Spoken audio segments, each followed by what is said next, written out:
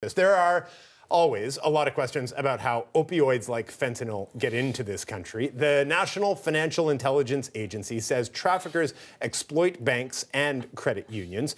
Traffickers use money orders to buy the drug from overseas. The proceeds are sometimes then laundered through banks and credit unions. The Financial Transactions and Reports Analysis Center came up with a list of things for its members to look out for, like multiple transfers or money orders under the $10,000 reporting threshold over a short period of time. And if they've been sent to numerous individuals, to seemingly unconnected recipients in, say, China, Ukraine, and India.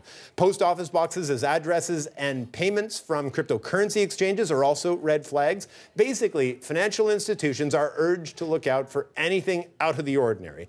It's all part of a broader anti-fentanyl initiative called Project Guardian, which is led by FINTRAC, CIBC, and Canadian law enforcement agencies. So the interesting thing that stands out to me in that, Jesse, one of our producers, did that whole setup there, because I think it's hugely important to look at how different institutions are approaching this opioid crisis. And the banking side of this is hugely important, and yet what they've actually laid out, watch for post office boxes, people sending big wire transfers that are just under the 10,000 threshold, it's the kind of stuff they should have been doing anyways, isn't it? Well, it would be great if they could do it, but you can do things to a certain degree.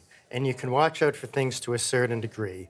And you also have to think, what is the job of the banks, the credit unions, et cetera? Is that, how much of it is their job? Part of it is, there's no question about it. How much of it is enforcement agencies' job?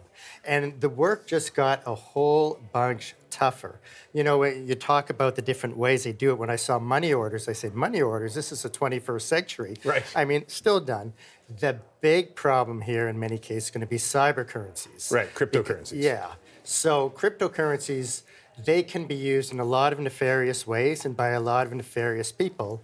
And as we've talked before, the number of them has absolutely exploded. When we talked about it 6 months or so ago, I think there were 500, 600. Now there's like 1,300 and counting. And this is a fabulous way for people to use a black market to do things. And its original inception, this is what cryptocurrencies was largely all about. Well, to a certain degree, and then it was trying to go mainstream, and it has gone mainstream to a degree. And, you know, they have conferences about it here and that kind of thing.